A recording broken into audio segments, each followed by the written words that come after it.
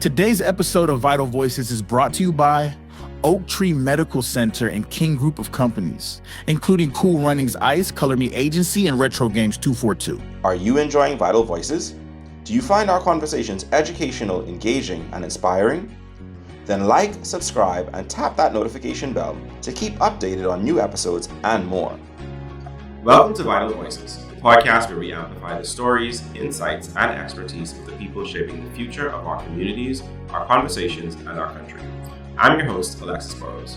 Thank you for joining us each week for the nation's most vital conversations, where insight meets impact. Today's episode is the third installment of our Couples in Purpose miniseries, and I'm honored to be joined once again by my wife and co-host, Dr. Paige Burrows. This week, we're sitting down with George and Athena Dimopoulos, the husband and wife duo behind Acropolis Café, a beloved restaurant rooted in faith, hospitality, and heart. George came to the Bahamas with a vision of building something lasting and meaningful. Athena returned home after a successful career abroad, bringing with her a deep passion for excellence, service, and community. Together, they have built far more than a business. They have built a ministry and a mission. A marriage that reflects grace, purpose, and deep intentionality, not only in their relationship, but in the way they serve their staff, their customers, and their community. In today's conversation, we'll journey through their personal beginnings, the evolution of their love story, their shared vision for Acropolis as a place of restoration, and the legacy they hope to leave behind. So from construction to connection, this one's about building something that lasts. Welcome to the show. Thank you. We are very excited to record this episode. We first heard bits and pieces of your story back in October of last year, and we've had a number of conversations about having an opportunity to help you tell that story because we think it's such an amazing love story, one that kind of traverses the globe and ends up back here with this restaurant that we absolutely love. Like, I remember when we first spoke with you guys, I remember coming here when it was just, the initial building for probably one too many bacon cheeseburgers at the time. Before my wife introduced me to, the joys of a good gyro. So, we love the place and we are excited to kind of to help you share your story with the wider community. So let's start back at the beginning and let's start with you, George. Give us a little bit of history on who George Dimopoulos is. Take us back to the early years. Where did you get your start? And kind of what's driven you to this point? I come to the Bahamas almost 49 years ago. And my uncle brought me here to work with him. So it was a restaurant, Grand Central. So after that, the years gone and everything, and I decided to do something of my own. So I started with a restaurant in Abaco. Then I moved from Abaco and come back to the Bahamas and do different work for different people, restaurants. And one day I was seeing this place, let's say, for rent.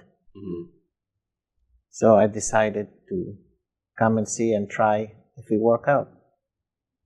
So I contacted people who own it and everything. Then from there, that's 2011, that's when I first started, September, and opened the restaurant, and it becomes what it is today. Yeah. So going on 14 years now. Right? Yes, 14 years. September. It feels so rooted in my memory that it feels like it's been here longer than that. Me too. Because so you guys, you opened 2 years before you got married, and that's why it just feels like it goes so far back. Because I remember coming here, getting lunch when you were a medical student. As a medical student, right. Getting lunch from here and taking it to the hospital, things like that. So it really is, it's a fixture. But what, you said that you've had a lot of experiences working in different restaurants. What made you want to try this? What made you say, let me try my hand at starting something and how it turned into Acropolis? Yeah, first of all, I see the location was good location for that. Definitely. And I said, let me try to see if we succeed. So, I do all the renovations by myself, fix it the way I want it, to serve the customers the way it is right now. And it starts very hard. It took me almost 2 years before I start making some money. I had a partner in the beginning to start with. He said he's want to move out because he thinks the place is not going to make any money. So I pay him out. He's here and he move out. So I put everything I have in this place to bring it, to move on. It starts very, very, very difficult to keep it up.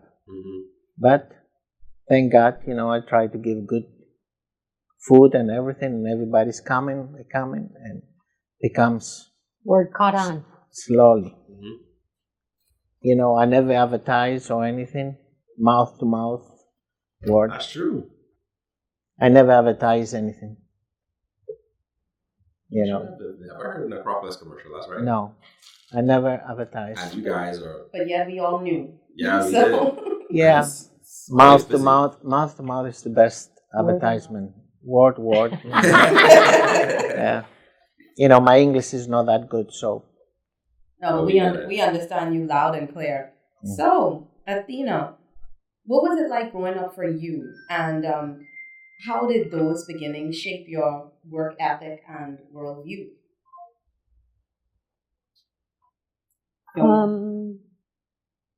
Well, I think I mentioned to you that I grew up here in Nassau, and I grew up on Quaco Street.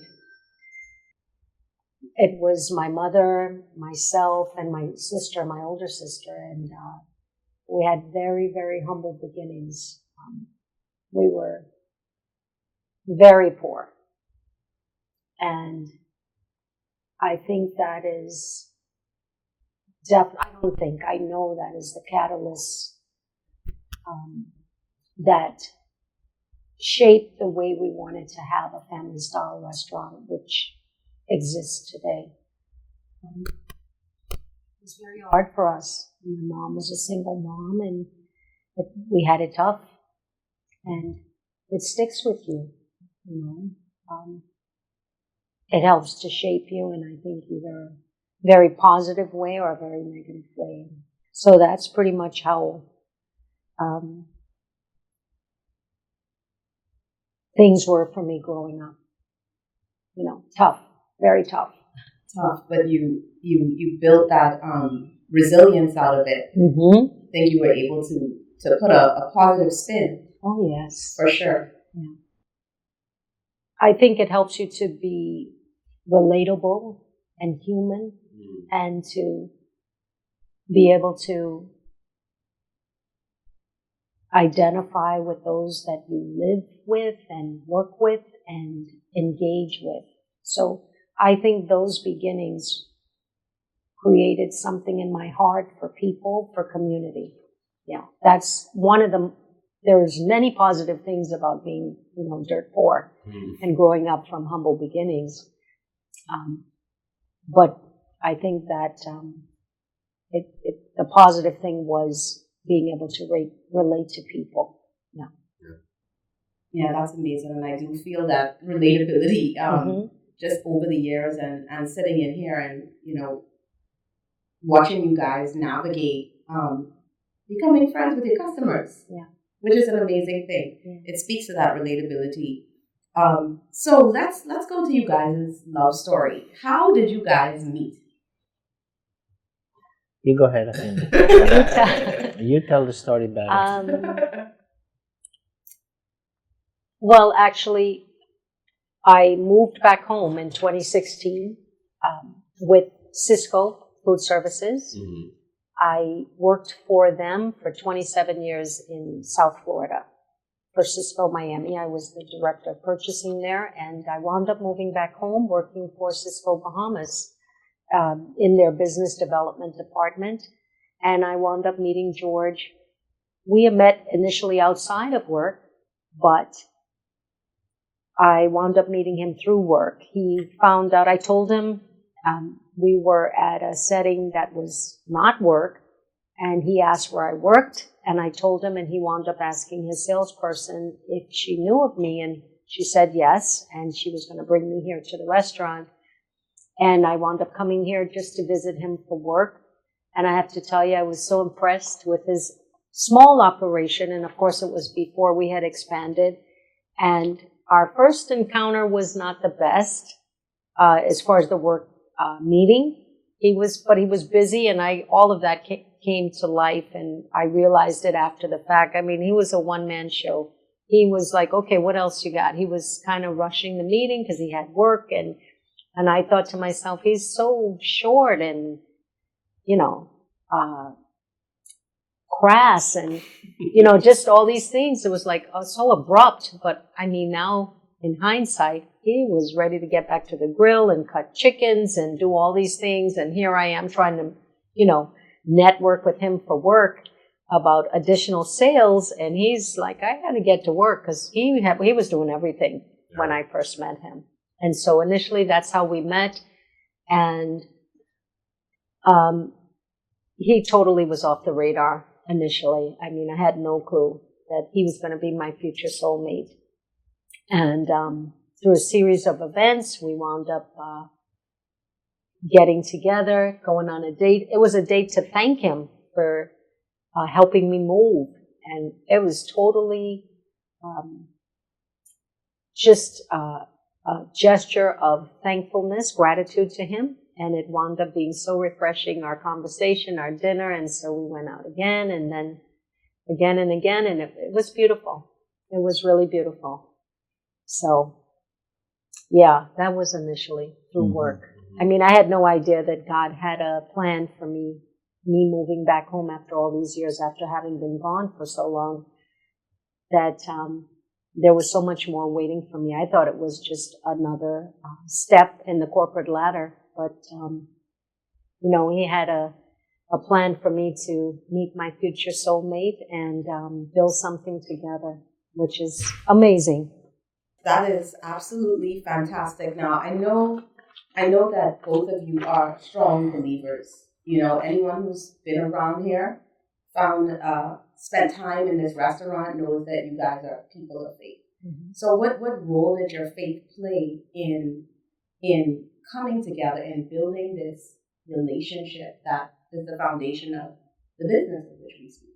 The main thing is to believe to each other. We can do the thing together without having any problems.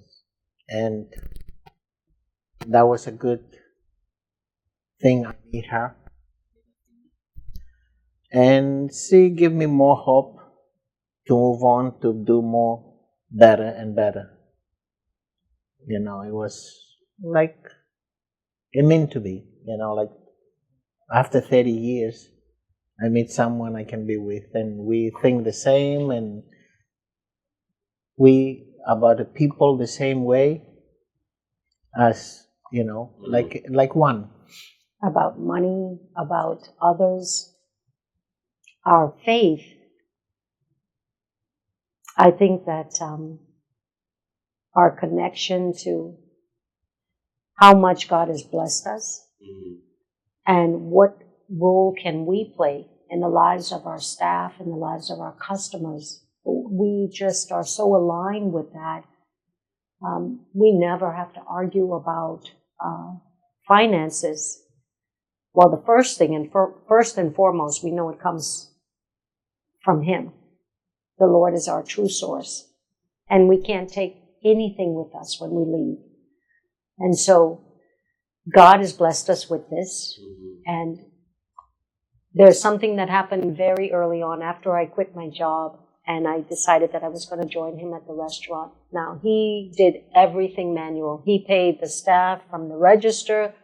He paid vendors backing up from his pocket, and this was like crazy. And obviously he was doing the best he could, and so probably a year after, helping him with the finances, creating systems, and getting a schedule and payroll people and all that automated. And I turned to him and I said, I quit my job. I had like a large figure salary. And I thought, okay, we own our own business. We're going to be rolling in the dough. And I said, this is not adding up. Yes, we're paying our bills, we're meeting payroll, but there's not much extra left over. We're not rolling in the dough like I thought. And he said, did you ever think that we're not here to get rich? Maybe we are here. God has us here for these 38, it used to be 38 at the time, these 38 families to serve as a source for them to thrive and feed their families. And, I was just saying it to just say, hey, I'm doing the numbers here and it ain't looking that great like how I thought it would be. And when he said that, first of all, it brought such tears to my eyes because I thought, this man is beautiful. This is awesome. We are on the same page with regards to money and what we do as far as being good stewards with what God has blessed us with. And we never argue about that. We, have a lot of decisions to make about how we use our very little extra money, or how we take care of our staff or support them. And we are always on the same page. It's amazing. Yeah. So, you said as far as our faith, I think that was the biggest thing for us. And from then on, of course, I never argue about we're not making any money, because it is very tough, the restaurant business, and margins are very tight. But I just had such a peace and a love in my heart after he said that, and that's our motto.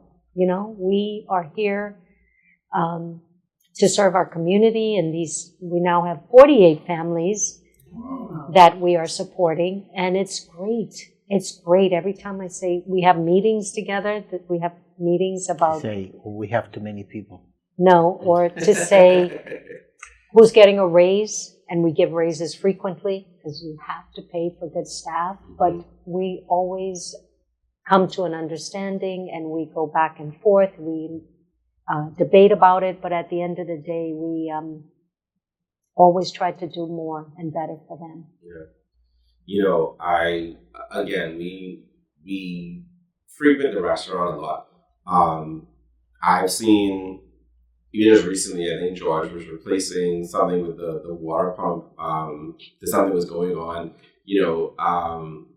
We've come here and heard like, okay, Athena's in the back doing payroll. So I know it's a very demanding business. And when you're running it together, work is together, home is together. How do you balance your relationship and your marriage with just the day-to-day demands of running a business? Because like you said, margins are tight. It's a busy thing. You walk in here sometimes and it's just like you can't, your head is on a swivel because there's just so many people around and you're managing all of that. So how do you balance the work and the relationship into something that is healthy for both of you?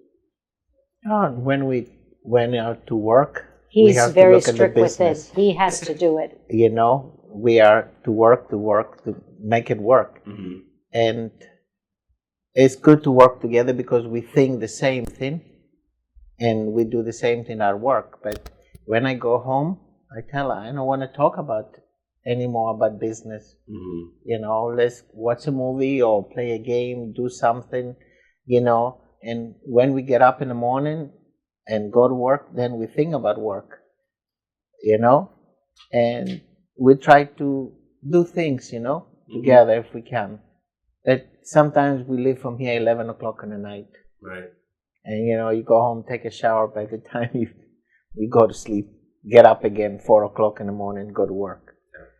So, but we try to make time for ourselves, And sometimes we're here on Sundays too, but I always tell her, let's go. We got to do let's go home, sit down, relax, do something, different. Yeah. Work is going to be here. And we just came up with, I think it was 2 months ago? If you look right behind you, Wednesdays. Okay.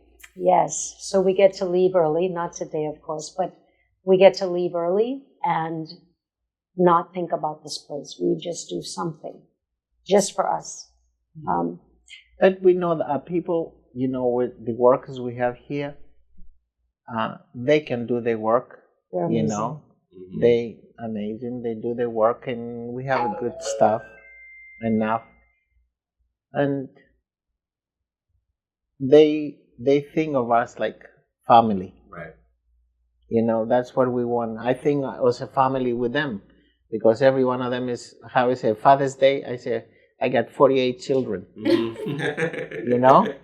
So we're here for them. Yeah. I'm thinking of that, because when I grew up in the orphanage, and then my uncle sent me the ticket to come here. I don't have no father, no mother with me. Just I want to be to them, try to help them and prosper, learn. It's push them, Yeah, it's a beautiful thing too, because I think you recognize it and you feel it when you come into the establishment, right? So you when we come in here, it always feels like an extension of home, because the warmth we feel when we interact with your staff, you can tell that people are very interested in making sure that we have the best experience possible. And again, this is a very hectic business, and there's always something going on, something to manage, something to kind of deal with. Yeah. But at the same time, I think the family atmosphere that you talk about and you guys try to cultivate is evident. Like, it shows through with how we as people who, frequent the restaurant experience it with your staff. And I think that always comes across very clearly. What I do find interesting about your relationship, this is the third in a series that we've been doing. And one of the things that we keep seeing over and over is that, the couples that we've spoken to, they each have their own sets of strengths. And they find ways to kind of work their unique strengths into each other in order to bring about the best for their business. Because everyone that we've talked to are couples that are in business together. That's a part of the whole deal.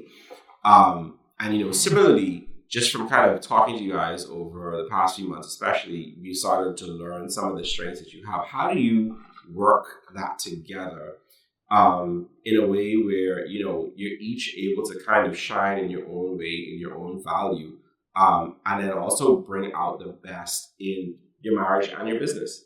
Because we know George now is the handyman extraordinaire in terms of, building this, fixing that. And we know that you kind of have that behind the scenes knowledge and that inner working. So how does that work? For me, I take care of everything what breaks down, trying to fix it.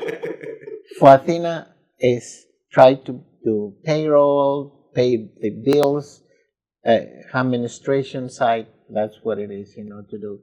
If anything happens, say, George, fix this. We need to fix this. We need to do this.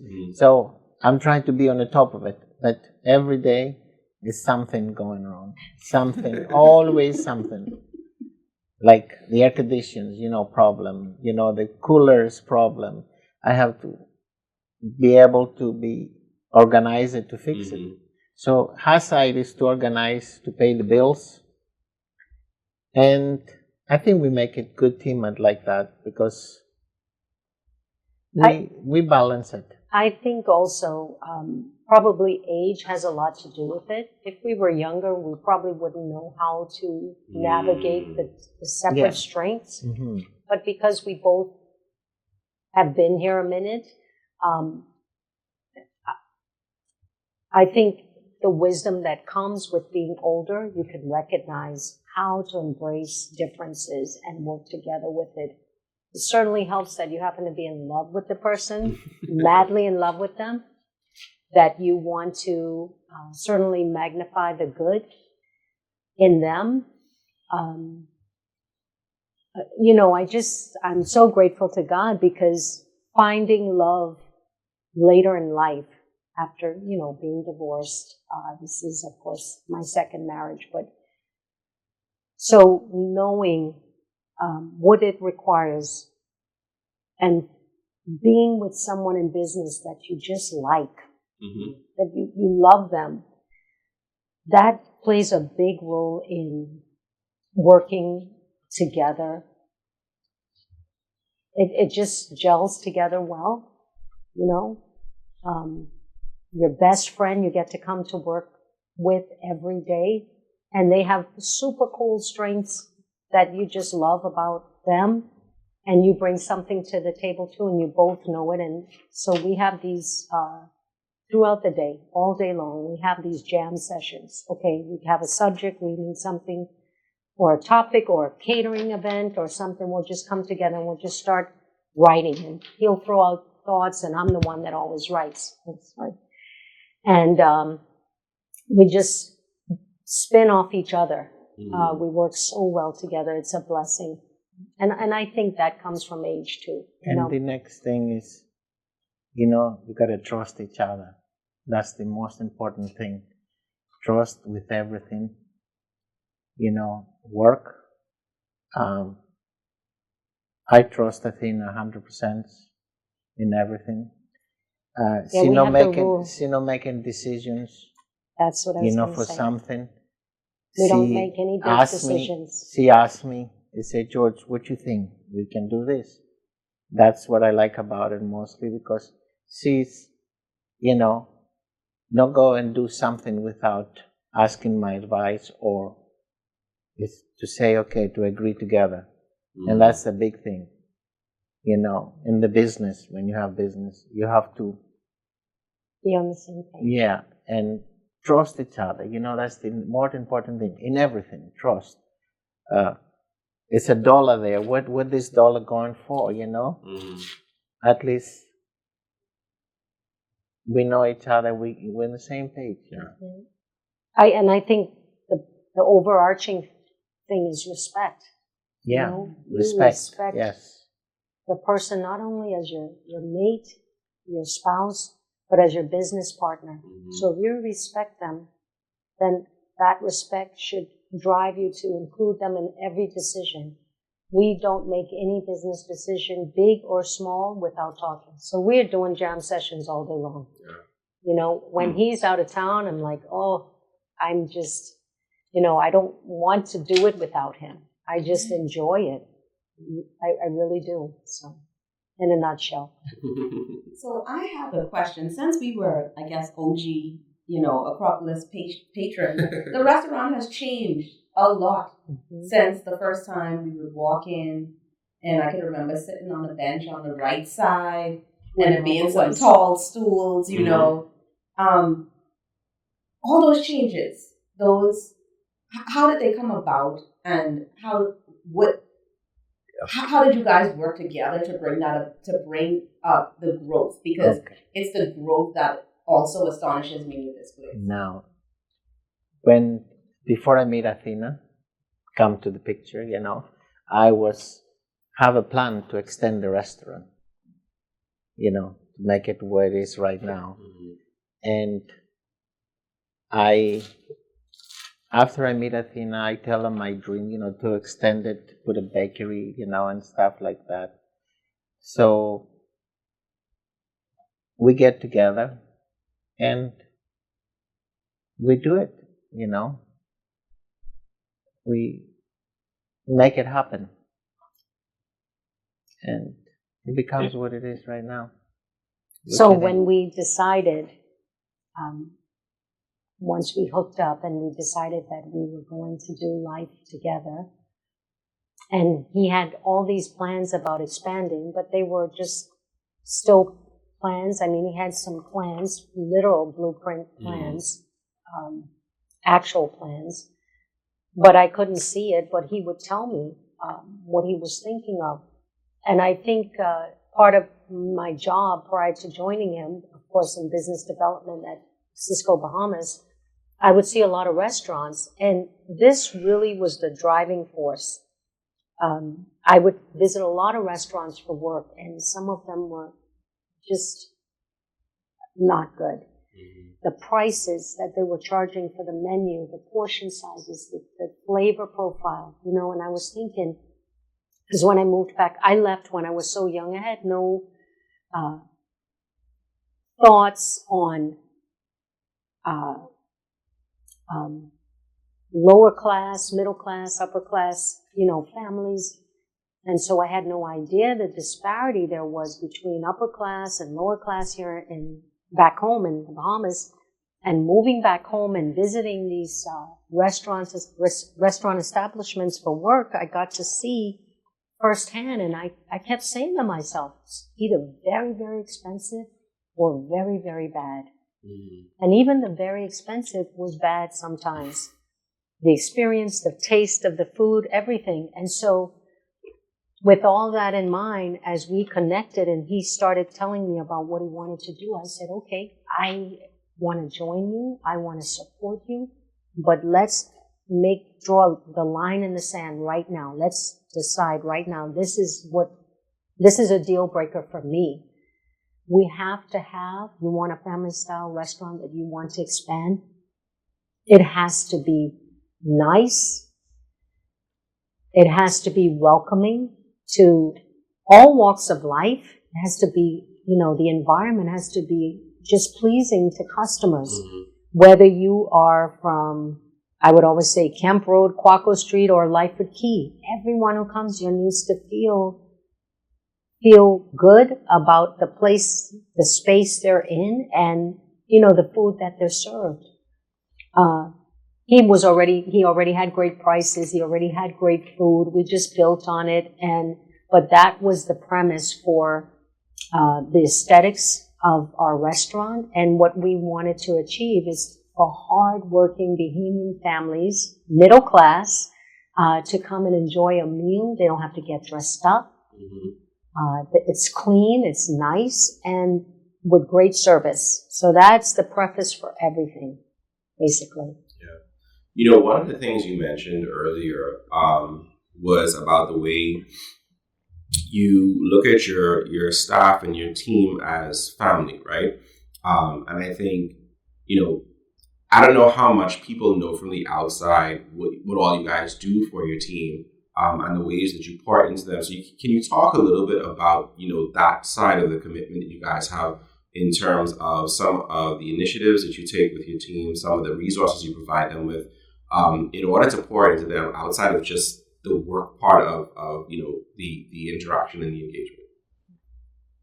Well, I can say honestly, we are not where we want to be as far as other support systems for them. Mm-hmm. We are working towards that, as being able to provide more for them. Right now, we are happy that we support a service. It's called Right Now Media. Mm-hmm. And it is a resource library with over 30,000 Christian videos of Bible studies and life subject matters that you can learn from. And it's free of charge to them. We pay for that service. And it's on just a plethora of topics, from anxiety, depression, for moms, for kids. It has a platform where our staff members can go. They can learn how to do budgeting. They can learn leadership skills. There's leadership classes on there. There's Bible studies. There's it's a range. So if you want to go in, because every staff member that is emotionally healthy, they make the best staff members, mm-hmm. right? And so we recognize that, and we promote them using that resource. And quite a few of them do. Of course, I am trying more and more for each and every person to get on board and access that free resource. But that's one of the things. The biggest thing is making them feel comfortable enough to know that we are here. Mm-hmm. This is not, there's not a lot of red tape to get to us. We're approachable. We are hands-on if they need anything. If they need our help on anything, they can come to us and tell us, and we can help. We help. Mm-hmm. If we cannot, we tell them sorry, but we try to do our best to help every one of them, mm-hmm. to give them, if they need our help on anything. Right. Yeah. So That's the main thing. We encourage them. We have weekly prayer sessions. A couple of our staff members, we pray for all the staff members. I'm so proud about that. We were doing a Bible study, which is on pause, but we hope to resume very soon. They recognize who the true source is of this business, and we certainly broadcast that often. But I think it's just seeing them, letting them know they're seen, they are respected, they are recognized, they are not just a number. And you drive that home not by telling them that, but showing them. When you get on the line and you work side by side with them, you are, engaging with them, asking them things other than work. We know their kids' names, we know about their families, we know where they live. We want them to know that we are not just in this office. I mean, we know them. They're family. So. Yeah, when we get busy, we get our hands into it. Yeah. Because we don't let them work by themselves. We go in there and help and try to push them to do the best for the customers and for them, because that's the customers giving them their payroll. Right. True. Yeah. And they have to, if we pay them because you come here often, you get your dinner. That's how we make the money to pay them. Right. So we try to give you the best. So in return, you can come back again and come back again. Right. Yeah, and you do that by pouring into your staff, so they feel like it's theirs as much as it is yours. I think it says something. It's for them mostly because if we don't have them, we cannot open. Yeah. Well, that's true. We communicate that, especially during their onboarding process, which was non-existent when George was first starting. But now we let them know part of our core values is they are just as equally as important as our customers, because we could have all the customers, but if we don't have staffing, we don't have great staffing, we can't do it. Yeah. And there's something to be said about them seeing us, me taking a broom and sweeping the dining room floor, George serving tables, George on the grill. It communicates something that's important to them. I think it goes a long way. Right, and that is reflected in this atmosphere. The warmth doesn't just come from you two. The warmth comes from everybody. From you. You sit down and they see you have a baby. You guys need a high chair. It's the simplest gestures. And I remember telling Alexis, I was like, this is a place where they're treated well. I told him a while back. I said, you can always tell when the environment is a family style environment, then you guys just go ahead and do what you're being paid to do. It oozes out of the environment, and that's something that I think you guys should be proud of that. That you've been able to maintain that for so many years, and that you find honor in doing it. And so I'm praying that a lot of other business owners would hear the efforts and see the fruit of it that's reflected in the business itself, reflected in the experience of the customer. I have staff here that work with me since the beginning. Yeah. I have people 10 years, 9 years. 14 years. Going on 14. I have, young people, they come, they start working here, and some of them, they 4 years. They come when I was 16 and they still work here, 20 and still work here. I have them, some of them, they left to go to do something better, and they come back and ask us if we can give them the job back. So we give them another try. We give them the job back. Because they don't know what they don't know, and we certainly, We give them another chance. We say, go do if you need to do better. Obviously, this is a stepping stone. We're happy for you to do better and gain more. But some of them have come back and say it's not the same. Yeah. It's interesting because I imagine, working in the restaurant business, it's rare that you see people, stick around for 9, 10, 11 years in the same place. And I think even something like that is a testament to the environment that you guys have created and continue to We cultivate. We friends. I try to be friends with them. I joke with them. But when it's work, when time to work is time to work. I actually did a percentage, and I think this is key. Probably all of this is full circle. 86% of our staff is under 25. And I truly believe that the Lord has given us this as a ministry. Mm-hmm. So the young adults that work here, some of them, this is their first job or at best second job. Mm-hmm. So we have the unique opportunity to coach, to mentor, to show them what working hard does, what saving does, what building a name for yourself, and just doing your job with excellence, what that does for a young adult. Yes, a lot of customers say, everybody's so young. Yes, we recognize that.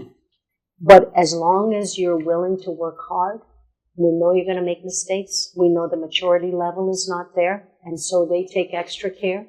But at the end of the day, they are the future of this community, of our nation. And so if we have an opportunity as a couple to sow seeds and pour into these young adults what it takes to be a hard worker, what it takes to make a paycheck. And some of them have not had anyone telling them or training them, so we give advice, we pray with them, we work with them, we show them, we teach them as much as we can. If they want to learn, if they want to work hard, we can work with that. And so we actually embrace younger adults. That's our target, our focus. Not to pay them any less, because they make great money. They make more money than I've ever made at that age. Mm-hmm. And so we make it possible for them. But ultimately the bottom line is to just pour into them and let them know that they were created for a purpose. They're special. They're unique. We value them, but God loves them even more. And every birthday they get a handwritten card with scriptures, and we speak words of life over them, and so, and we enjoy that, they are like our children, our family. So that is absolutely, wonderful. Now, getting to know a little bit about both of you, George spent time in an orphanage, and you grew up literally with very little resources. And so to get to this point, you guys are acquainted with challenges. What would you say, given that life hasn't been so easy or so rosy for either of you before you even met each other, what's been the biggest challenge? And I want each of you to answer, because it might not be the same answer, but what's been the greatest challenge for you guys up to this point? Getting together and building something sustainable. It's hard. The challenge is to find the right person to be with and do things together the way you think to do it. That's the biggest challenge, to find someone who really thinks like you and you're on the same path, not for be greedy, to see things with people. And I think I found her, after a long time. So I think that was the biggest challenge, just to find someone to be together and understand each other and do the same things. I would have to agree with George. Coming up to where we are today, I mean, we've had a lot of challenges with construction on the business and building it up to where it is now, day-to-day operations, but all of that is manageable. I mean, you just get it done. You do it. It's all manageable now because you have someone who thinks like you, who has the same goals, the same vision, the same moral codes, you know, the same love for Christ. That's the most important thing. So challenges are, you're able to overcome them when you have the right person on your side with you, doing it together, going through it together. So yeah, I would think that was my biggest challenge too. I never thought I would ever get married again. And being his wife and his business partner, it's nothing that comes up that I don't think we can handle together. You know, as we wrap up our conversation, I think one of the big questions is, you know, what do you hope that your customers, your staff, and even just future generations take away from your love story, and even just the story of the business that you guys have, you know, taken so much further than where it began when it was just George? So what is the legacy you wish to leave behind and people would take away from hearing your story? I think the legacy would be to recognize that it's not only just about you and the life you live. It's about who you are impacting, what mark are you leaving, you know, and is it going to be better because you were there, you know? The people that you engage with, you work with and encounter, customers, staff, are you going to bring encouragement and light to them, you know? It's not just about self, it's about others. And being generous, sharing the love of Christ through whichever means possible, by whatever means possible, sharing the love of God. And because He's been so good to me, to us, you simply can't help but have that spill over into everything that you do. It has to touch others. You know, it has to be something that's communicated. If the love and the grace that God has shed on you is real, you know, you can't help but to want to figure out a way, and the Holy Spirit helps you in figuring out a way. How do you extend that to others? That's the legacy. It's not just about me or him. It's about what we've done with others. How have we impacted them? And how they're going to remember you. Yes. Yeah. You know, they say, oh, I remember George and I remember Athena. And, you know, they work hard to get where they are. And they had a, you know, nice place to go to. And something to leave behind. So younger couples like ourselves that are trying to build, trying to do life together, do business together, what wisdom would you give to, say, us and persons like us who are trying to build something meaningful together? What wisdom can you impart on individuals like ourselves?